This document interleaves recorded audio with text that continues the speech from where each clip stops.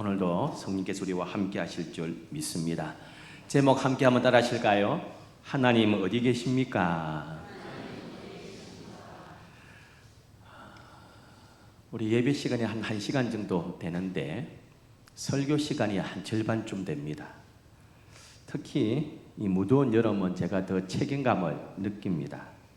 집이나 다른 곳에 에어컨 밑에 편하게 있을 수 있는데 이 자리까지 무더위 무릅쓰고 나오셨는데요. 설교자가 정말 최선을 다해서 함께 말씀을 나눠야 될 텐데요. 참 늘 책임감을 느낍니다. 제가 하는 설교는 최고의 설교를 제가 뽑으려면 이솝우화를 뽑습니다. 종종 그런 이야기 우리 복역자들과 동료들한테 합니다. 이솝우화는요, 대학 교수나 초등학교도 못 다닌 할머니나 다 은혜 받습니다. 다 교훈 받습니다. 다 알아들을 수 있습니다. 특별반 공부 잘하는 10%만 모아놓고 가르치는 거 참 쉬워요. 공부 못하는 저 밑에 10% 모아놓고 그들에게 초점을 맞춰서 가르치기가 쉽습니다. 근데 전교 1등부터요, 꼴찌 앉혀놓고 가르치기 참 어렵습니다. 전교 1등에 초점 맞추면 우리 선생님 너무너무 가르치는 게 어렵다. 꼴찌에 맞춰서 강의를 하면 우리 선생님 너무 수준 낮다 이러는데, 이솝우화는 전교 1등이나 꼴찌나 다 알아듣습니다. 오늘도 우리 가운데 참 주의 말씀이 한 말씀 허락해 주시기를 원합니다. 이제 초신자 티를 막 벗고 막 세례를 받은 한 젊은 성도가 친구들을 전도해서 완전 교회를 다녀보지 않은 친구 몇 명을 교회에 초청해서 예배에 참석했습니다. 그날따라 그 교회에 원로 목사님께서 오셔서 마지막 축복 기도와 더불어 마치는 축도까지 하게 되었습니다. 올라오셔서 원로 목사님께서 낮고 장엄하게 깔린 소위 거룩한 목소리로 이렇게 축복 기도하셨답니다. 하나님, 우리 교회 모든 성도들을 축복하셔서 그 일터가 번창해서 최소한 그랜저 이상 다 몰고 다니게 복을 주옵소서. 온 교인들이 아멘 하며 응답했습니다. 그리고 축도하고 마쳤습니다. 예배를 나오면서 이 막 세례를 받은 초신자와 처음 교회를 방문했던 친구들이 충격을 받았는지 돌아가면서 서로 황당해하는 표정을 지었습니다. 그날 그 마지막 축복 기도했던 원로 목사님의 기도에 대해서 주고받으며 이런 이야기 했습니다. 다른 친구들은 교회를 다녀본 적도 없고 전도받아 처음 왔는데, 또 이 사람은 이제 막 세례받은 교회 한 1년 정도 다닌 성도인데 결론은 똑같았다 그럽니다. 다시는 이 교회 다니지 말자. 점집에 온 것 같다. 그 성도도 그렇고 초청받은 친구들도 그렇고 신앙의 초짜도 되지 않았지만 가짜가 무엇인지, 무엇이 참 기독교인지 분별할 수 있는 지혜를 가졌나 봅니다. 신앙이, 예수님에 대한 믿음이 자신의 삶을 이끌어줄 진리이자 인생의 등대가 될 수 있는 고상한 그 무엇인가라고 생각하며 믿음 생활했는데, 고작 그랜저 이상 축복 기도하는 목사님을 보고 있자니 역겨워서 더 이상 그 교회를 다닐 수 없었다는 말입니다. 사랑하는 성도 여러분, 우리 인생의 신앙의 기준이 무엇입니까? 어떤 것이 참 신앙이고 어떤 것이 참 믿음이라고 생각하십니까? 우리 인생은 성공과 기쁨의 날줄만 이루어진 것이 아니라 아픔과 눈물과 고난의 시줄로도 이루어져 있습니다. 도리어 아픔과 절망과 고난의 시줄이 더 많을 때가 있습니다. 지현호 선교사님이 계세요. 이분의 외할아버지는 장로님이었고 어머니 집안은 선교사였던 집안에서 3대째 시장 생활을 하고 있습니다. 하지만 형통이 아닌 고난의 연속이었습니다. 초등학교 때 경찰 공무원이었던 아버지가 병이 들고 쓰러졌습니다. 3차례 수술을 받았는데 반신불구가 되고 언어장애 벙어리까지 되었습니다. 초등학생이었던 이 아들이 아버지의 투병 생활을 보고 하나님을 의지하고 겨우 초등학생인 지현호 군이 40일 작정 기도를 시작했습니다. 아버지를 고쳐 주옵소서. 드디어 40일 작정 기도가 끝나고 낫기를 바랬는데 40일 작정 기도가 끝난 다음 날 아버지는 천국 가셨습니다. 너무나 괴로웠습니다. 하나님이 정말 살아계신지 의심이 들었습니다. 2년 뒤 중학생이 되었을 때 어머니는 서울법대 졸업하신 동생, 즉 큰 외삼촌이 신우고의 신장을 받지 아니하면 죽을 수밖에 없는 처지가 되자 동생에게 자기의 신장을 하나 떼주겠다고 했습니다. 그리고 그 수술 후유증으로 이 젊은 어머니는 2년 동안 허리를 펴지 못하고 지팡이를 짚고 다녀야 했습니다. 어머니를 돌볼 마음에 공부에 전념하고 대학을 갔고요. 졸업하고 자격증을 따고 취직을 해서 월 300만 원 월급을 받으면서 어머니에게 270만 원 드리고 자기가 20만 원 용돈 주고 학생이었던 동생한테 10만 원 용돈을 주었습니다. 그에게 자극받아 공부 안 하던 동생이 열심히 공부해서 좋은 대학에 입학해서 어머니의 큰 기쁨이 되었답니다. 입학식 날 밤 12시가 되어도 귀가하지 않더니 새벽에 병원 응급실에서 전화가 왔습니다. 대학로에서 치중에 싸움이 붙었다가 누가 밀쳐가지고 뒤로 넘어졌는데 그 순간 음주 차량이 지나가면서 동생의 머리를 밟고 지나가 버린 겁니다. 동생이 그 자리에서 적사했습니다. 그 분노로 지현호 군은 칼을 날마다 품고 포금을 하면서 극단적인 선택을 준비했습니다. 그러나 매일 교회 나와서 하나님 제 마음을 아시지요. 제 마음을 아시지요. 울며 기도하는 어머니 때문에 이러지도 저러지도 못하고 매일 술에 의지하여 살았습니다. 1997년 동생을 잃고 술 주정뱅이가 되어 군대도 안 가도 되지만 네가 사람 되기 위해서 군에 가면 좋고 그리고 교회 가자. 교회에서 성경 공부 좀 하자. 어머니가 울면서 소원을 이야기했습니다. 어머니, 우리 가정이 풍비박산 났는데 믿긴 뭘 믿습니까? 그렇게 반항했지만 눈물로 애원하는 어머니 때문에 그리 하겠다고 대답했습니다. 그날도 술에 찌들어서 방에 누워 있는데 목사님의 전화가 왔습니다. 그리고 찾아왔습니다. 목사님은 지현호 군을 보더니 껴안고 엉엉 울면서 이렇게 기도하셨답니다. 하나님, 이 아들의 고통을 우리가 어떻게 위로할 수 있겠습니까? 하나님 외에는 답이 없습니다.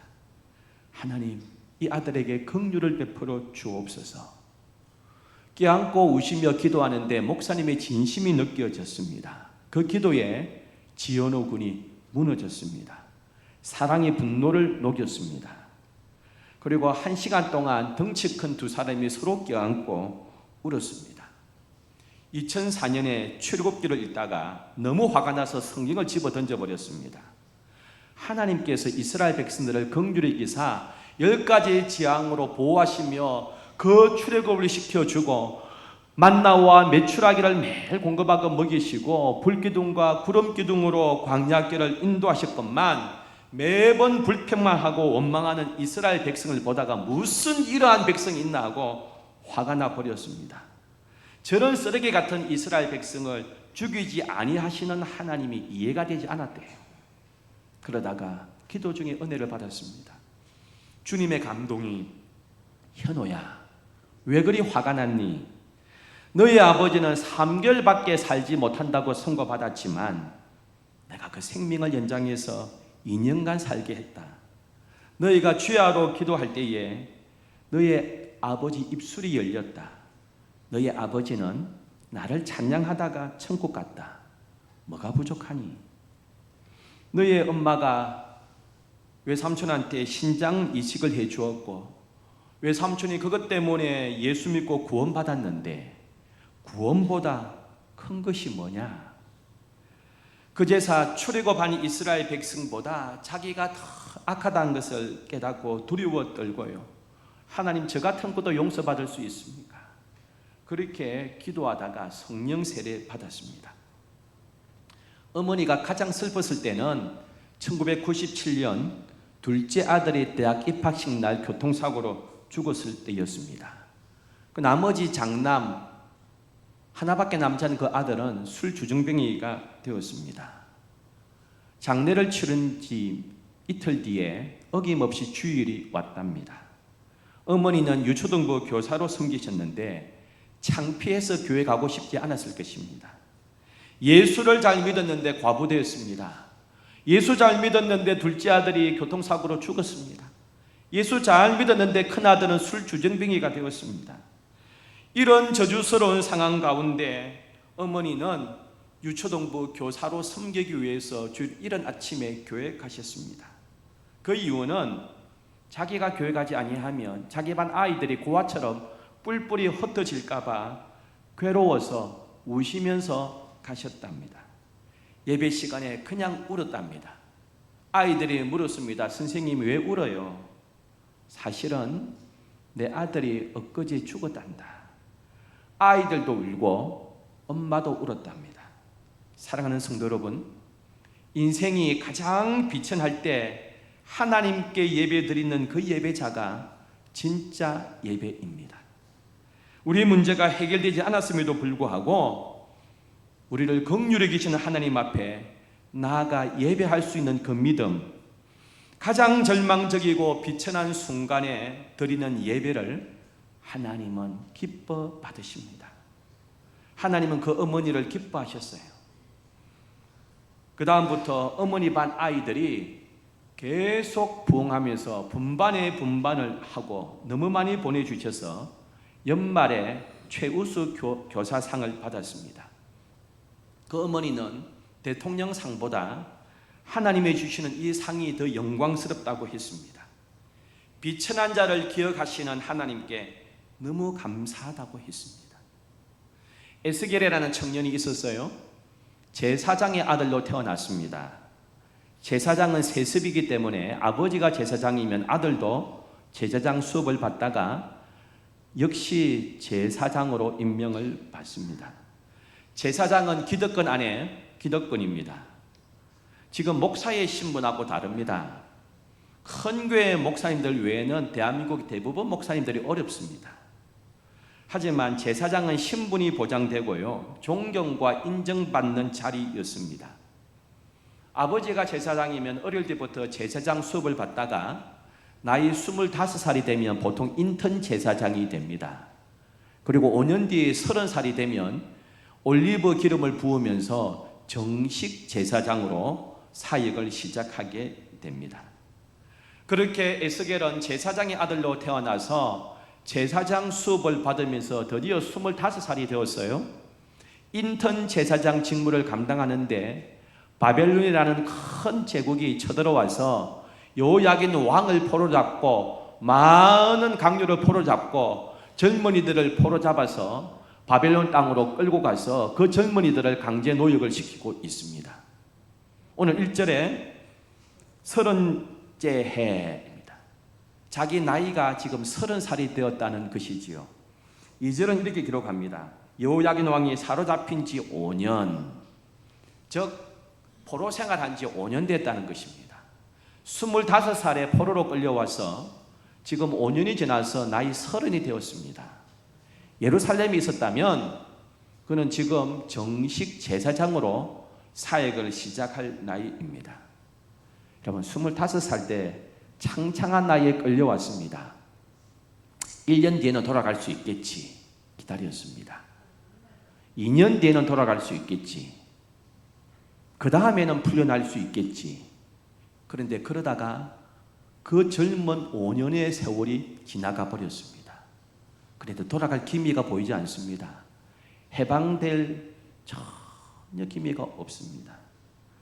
내가 예루살렘에 있었다면 내 인생 설계대로 제사장이 되고 정말 주님의 기뻐하시는 이 거룩한 제사 직무를 감당하고 존경받으면서 이 길을 걸어갈 텐데, 지금 제사장은커녕 나는 나 스스로 제사장 이름을 붙이고 있지만 어느 누구도 나를 제사장으로 인정해 주지 않는 비참한 그발 강가에서 강제 노역에 시달리고 있는 때입니다.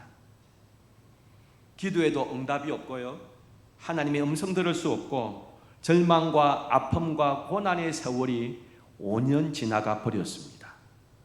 또 그 세월이 언제 끝날 수 없지 모르는 상황입니다. 새로운 꿈도 꿀 수 없고 새로운 인생 설계를 할 수 없는 비참한 포로 노예의 삶이 지금 5년 지나가고 계속 이어지고 있습니다. 사랑하는 성도 여러분, 우리가 듣는 간증들은 보통 성공 스토리 아닙니까? 이런 어려운 상황 가운데 하나님께서 도와주셔서 이렇게 출세했습니다. 참 비참한 삶의 연속이었는데 그래도 기도했더니 하나님께서 나를 세워주셔가지고 이 사업이 대박을 터뜨려서 이렇게 성공할 수 있었습니다. 보통 이러한 성공 스토리가 우리의 간증 아니던가요? 나의 성공 이야기에다가 하나님을 갖다 붙인 것이 우리가 들었던 대부분의 간증이었습니다.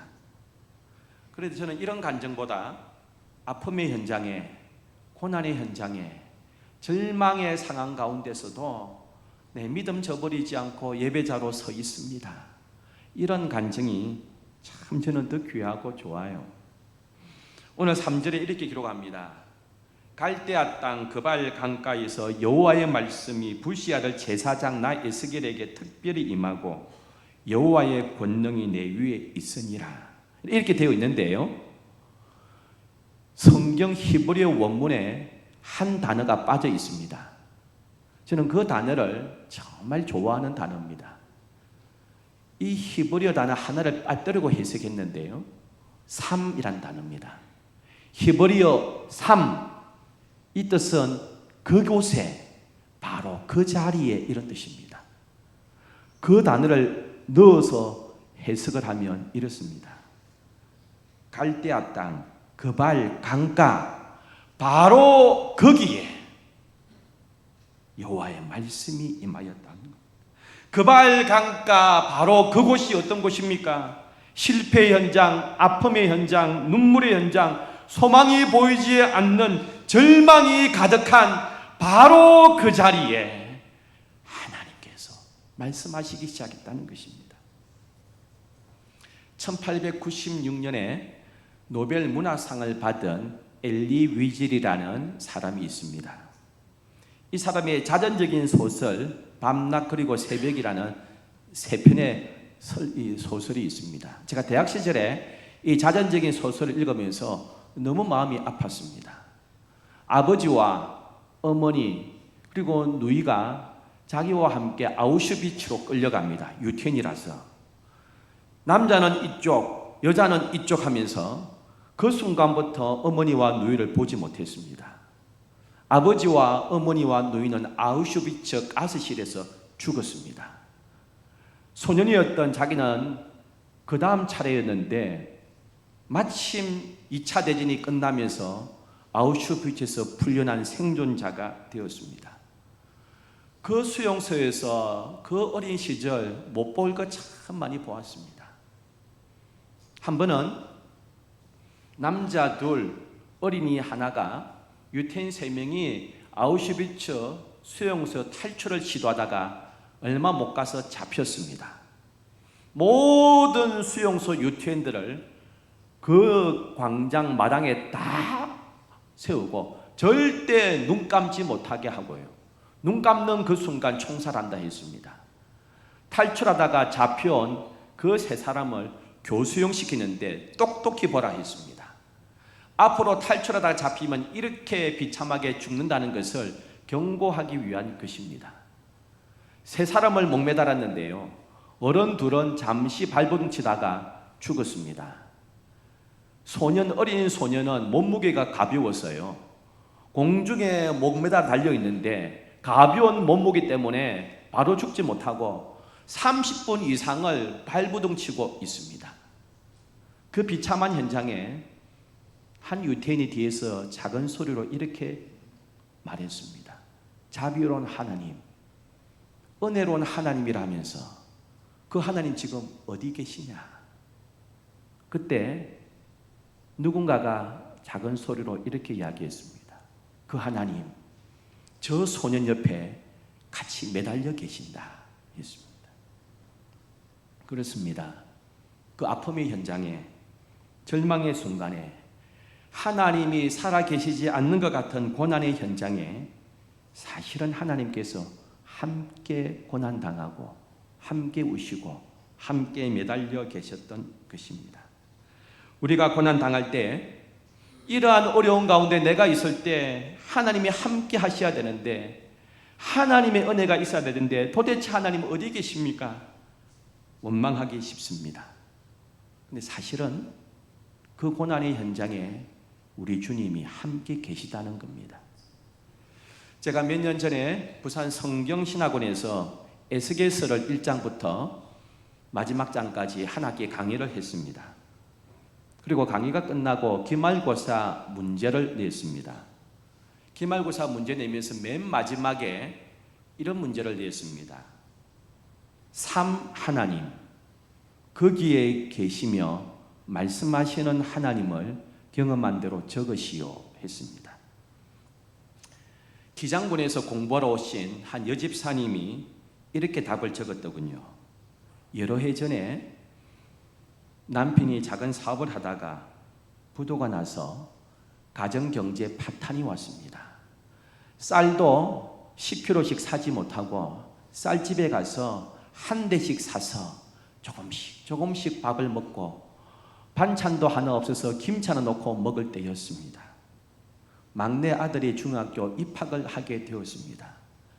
교복 사줄 돈이 없어서 졸업을 하는 졸업생의 교복을 물려받아 줄여서 아들한테 주고 입학을 했습니다. 강당에서 전체 입학식을 마치고 신입생들이 교실로 이동해서 담임 선생님과 첫 만남을 하게 되었습니다. 부모들은 복도에서 기다리며 그 교실 안을 들여다보는데 모든 아이들이 새 교복을 입고 단정하게 앉아 있는데 제 아들만 물려받은 교복 닳고 닳아서 윤이 반질반질하게 나는 그 옷을 혼자 입고 앉아 있는데 그 모습을 보는 제 어미의 마음이 너무 아파 울고 울었습니다. 지금 생각해 보니 복도에 울고 있는 제 옆에 우리 주님이 제 손을 잡고 함께 그곳에 울고 계셨습니다. 수영에서 공부하러 온 최복립이라는 나이 40대 노처녀 학우가 있습니다. 마침 사진을 제가 찾아보니까 마스크를 가리고 있어서 제가 띄웁니다. 이렇게 적었더군요. 목사님, 저는 첩의 딸이자 무당의 딸로 태어났습니다. 무당이자 첩인 저의 어머니는 저를 낳고 생부에게로 저를 보냈습니다. 아버지가 제가 5살 때 병으로 돌아가시자 20살 된 이복 언니들이 너에게 줄 유산 없다 하면서 제 손을 잡고 생모에게로 데려다 주었습니다. 이복 언니들이 제 손을 잡고 생모에게 데려줄 때 가기 싫어서 울고 울었습니다.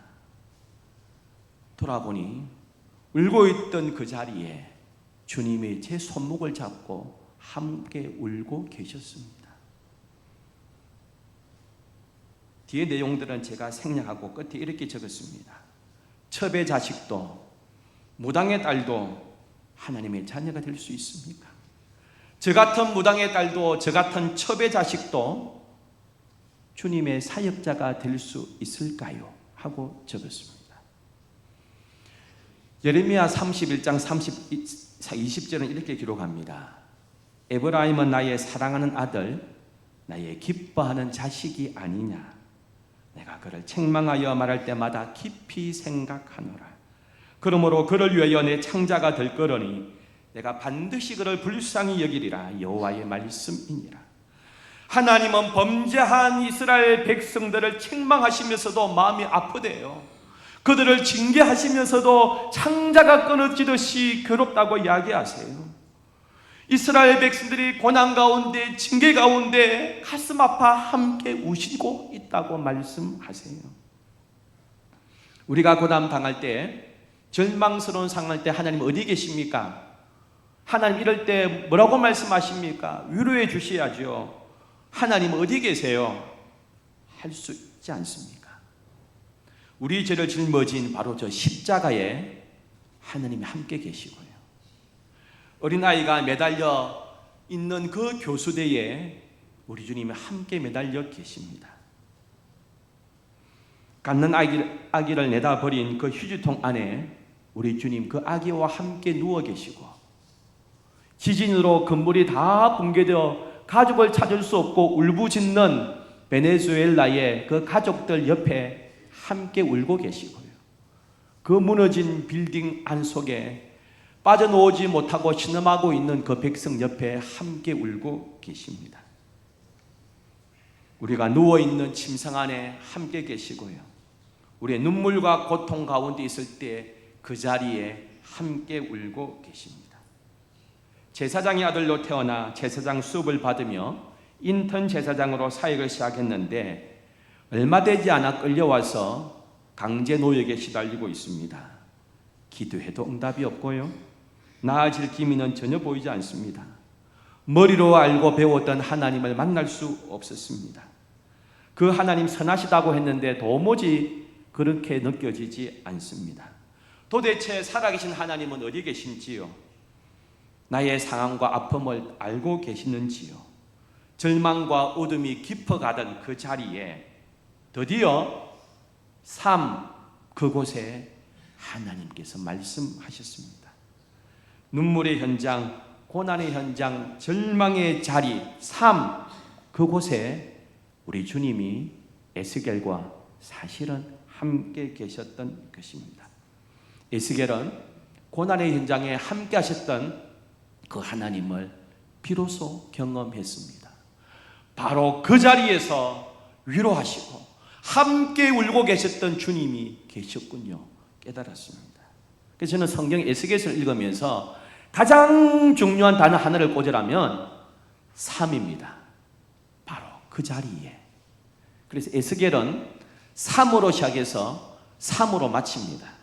오늘 읽었던 1장 3절 갈대아 땅 그발 강가 바로 거기에 여호와의 말씀이 있었습니다. 그리고 에스겔에게 마지막 유대 나라의 회복을 보여줍니다. 무너진 성전이 재건되고 떠나버렸던 하나님의 영광이 그 예루살렘 성전에 돌아오면서 하나님의 영광이 가득해진 것을 보여주면서 마지막 절은 이렇게 마칩니다. 에스겔 48장 35절 그 사방의 합계는 18,000척이라. 그날 후로는 그 성읍의 이름을 뭐라고요? 여호와 여호와 거기에 함께 하신다는 것. 여호와께서 거기에 함께 하신다는 것입니다.